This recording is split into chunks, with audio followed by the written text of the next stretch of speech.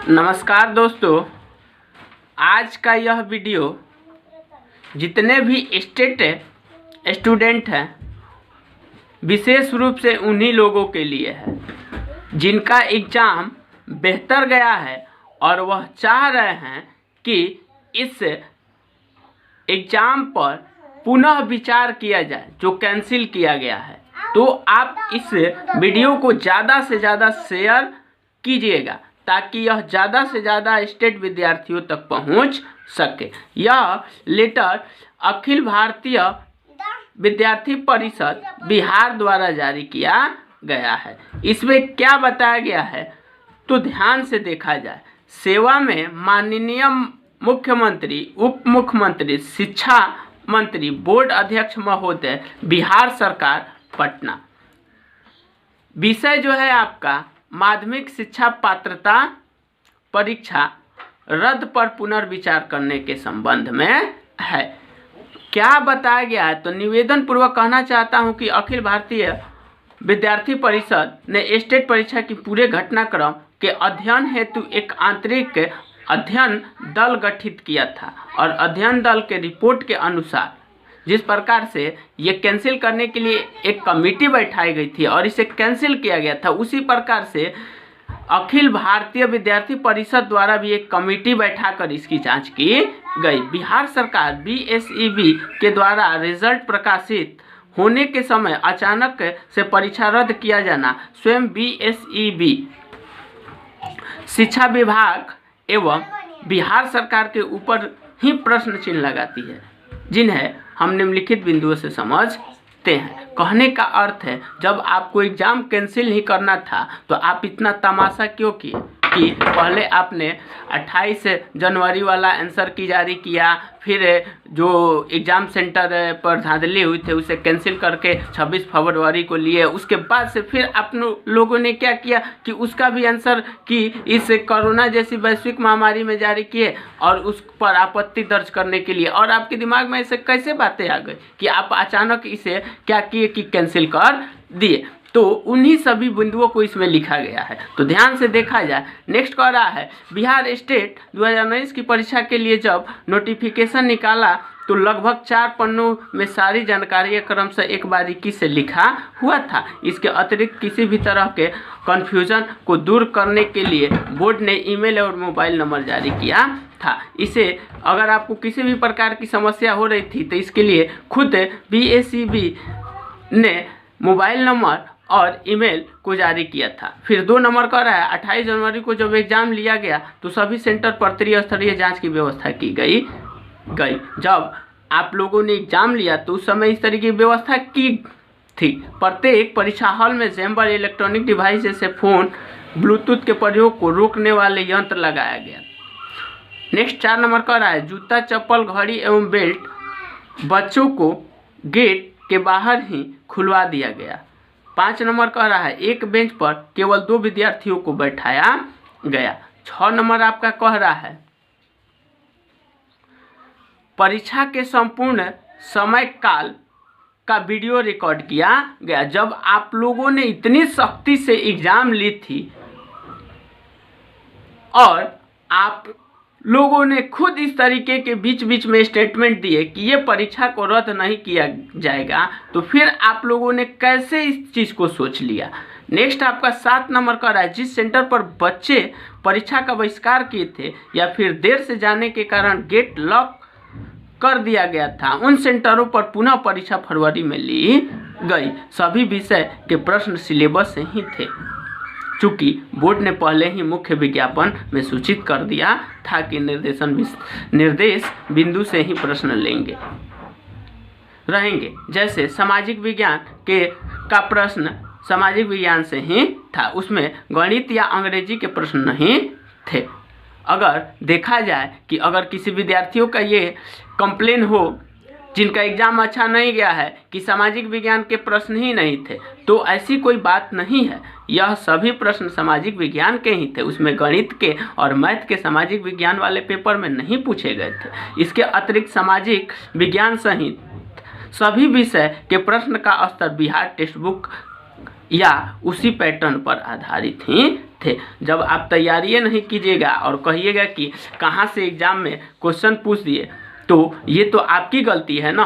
तो इसलिए जो भी एग्जाम्स में क्वेश्चन आए थे वह सिलेबस से ही थे। नेक्स्ट कह रहा है 9 नंबर आपका, फरवरी के परीक्षा के बाद कभी भी किसी भी न्यूज़ पेपर में या किसी छात्र संगठन या किसी परीक्षार्थी के समूह द्वारा परीक्षा का निम्न स्तर पर भी ना तो बहिष्कार किया गया और ना ही रद्द करने की बात की गई। जब 26 फरवरी को एग्ज़ाम हुआ तो उस समय कोई भी ऐसा स्टूडेंट नहीं था जिन्होंने कहा हो कि इस परीक्षा को रद्द किया जाए। तो फिर आप लोगों ने ऐसी बातें क्यों सोच ली?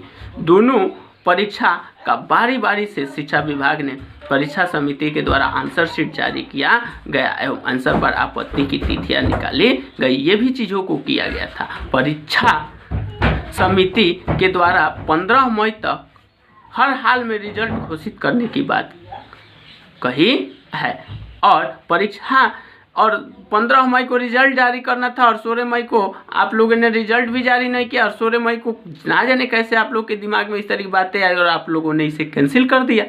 फिर अचानक से 16 मई को 4 सदस्यीय टीम के बारे में जानकारी देते हुए परीक्षा रद्द करने की बात कही गई, जबकि परीक्षा समाप्त होने के बाद बोर्ड अध्यक्ष द्वारा यह बात साफ तौर पर कहा गया था, ना तो कहीं पर परीक्षा का पर्चा लीक हुआ था और ना ही परीक्षा में किसी भी प्रकार का भ्रष्टाचार हुआ था। तो फिर क्या मजबूरी आई बिहार बोर्ड और बिहार सरकार को जो अपरिहार्य कारणों से परीक्षा को रद्द करना पड़ा? क्या यह किसी गहरी साजिश तो नहीं? तो क्या आप लोग को साजिश रचना है तो एजुकेशन में ही रचिएगा। ऐसे ही हमारे बिहार की शिक्षा व्यवस्था इतना डगमाडोल है और कुछ बच्चे बेहतर जाना चाहते हैं तो उसमें भी मौका नहीं मिल रहा है। नीचे देखिए क्या लिखा गया है आगे। स्टेट एग्जाम कैंसिल के मामले में माननीय हाई कोर्ट का डिसीजन जब 22 मई को आना था तो कोर्ट के डिसीजन से पहले एग्जाम कैंसिल का डिसीजन बोर्ड के द्वारा क्यों? आखिर जब 22 मई को इसका सुनवाई था तो आपने पहले ही इस तरह के डिसीजन क्यों लिए? आप और 2-4 दिन रुक नहीं सकते थे? स्कूल में नए बहाली को रोकने का प्रयास क्यों? जब आप लोगों ने वैकेंसी निकाली तो क्यों नहीं आप लोगों ने नए वैकेंसी को लिए? क्यों इस तरीके से जो सेवानिवृत्त टीचर है उन्हीं को मौका दे रहे हैं? बिहार के 2950 नए हाई स्कूल में 9वीं की पढ़ाई इस सेशन 2020 में शुरू करने का सरकार द्वारा आदेश, तो बिना शिक्षक बहाली के नए स्कूल में पढ़ाई कैसे? जब बहाली ही नहीं कराइएगा और स्कूल को अपग्रेड कर दीजिएगा जो मिडिल है तो उसमें कौन पढ़ाएगा? प्राथमिक को मध्य और मध्य को हाई स्कूल और हाई स्कूल को इंटर स्कूल में उत्क्रमित करने का आदेश बिना शिक्षक बहाली के पढ़ाई कैसे? लॉकडाउन के कारण लाखों बेरोजगार युवक को बिहार में ही रोजगार मिल जाता, लेकिन शिक्षक बहाली रोकना आखिर क्यों? अगर आप लोगों ने इस तरह की व्यवस्था किया गया रहता तो हो सकता है कि इसमें जितने भी स्टूडेंट हैं उन लोगों को नौकरी मिल जाती। हाई स्कूल में रिटायर्ड शिक्षकों से पुनः सेवा लेना क्यों जरूरी? कम से कम उतना नए युवकों को रोजगार मिल सकता। अगर आप लोग रिटायर्ड शिक्षकों को न लेंगे तो हो सकता है उतना जो विद्यार्थी हो उन लोगों को मौका मिल जाए। उच्च शिक्षा जैसे बर्बादी का षड्यंत्र प्राथमिक शिक्षा में भी क्यों?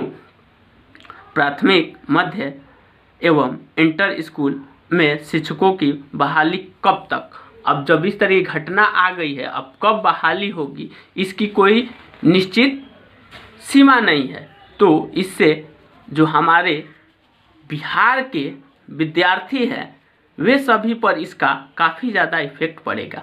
आगे देखिए क्या लिखा गया है। 34,000 पदों पर शिक्षक बहाली की अधिसूचना क्यों? कब तक बिहार में समय समय पर शिक्षक बहाली के नियम बदलते रहेंगे? अतः विनम्र निवेदन है कि स्टेट की परीक्षा रद्द करने के निर्णय दुर्भाग्यपूर्ण व आत्मघाती कदम है।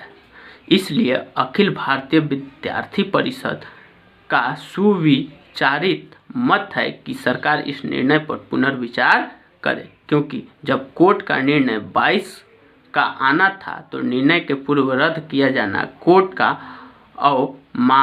अवमानना भी है। इस निर्णय से कई प्रश्न खड़े होते हैं कि आखिर किन लोगों या पदाधिकारियों को लाभ पहुंचाने का प्रयास हो रहा है।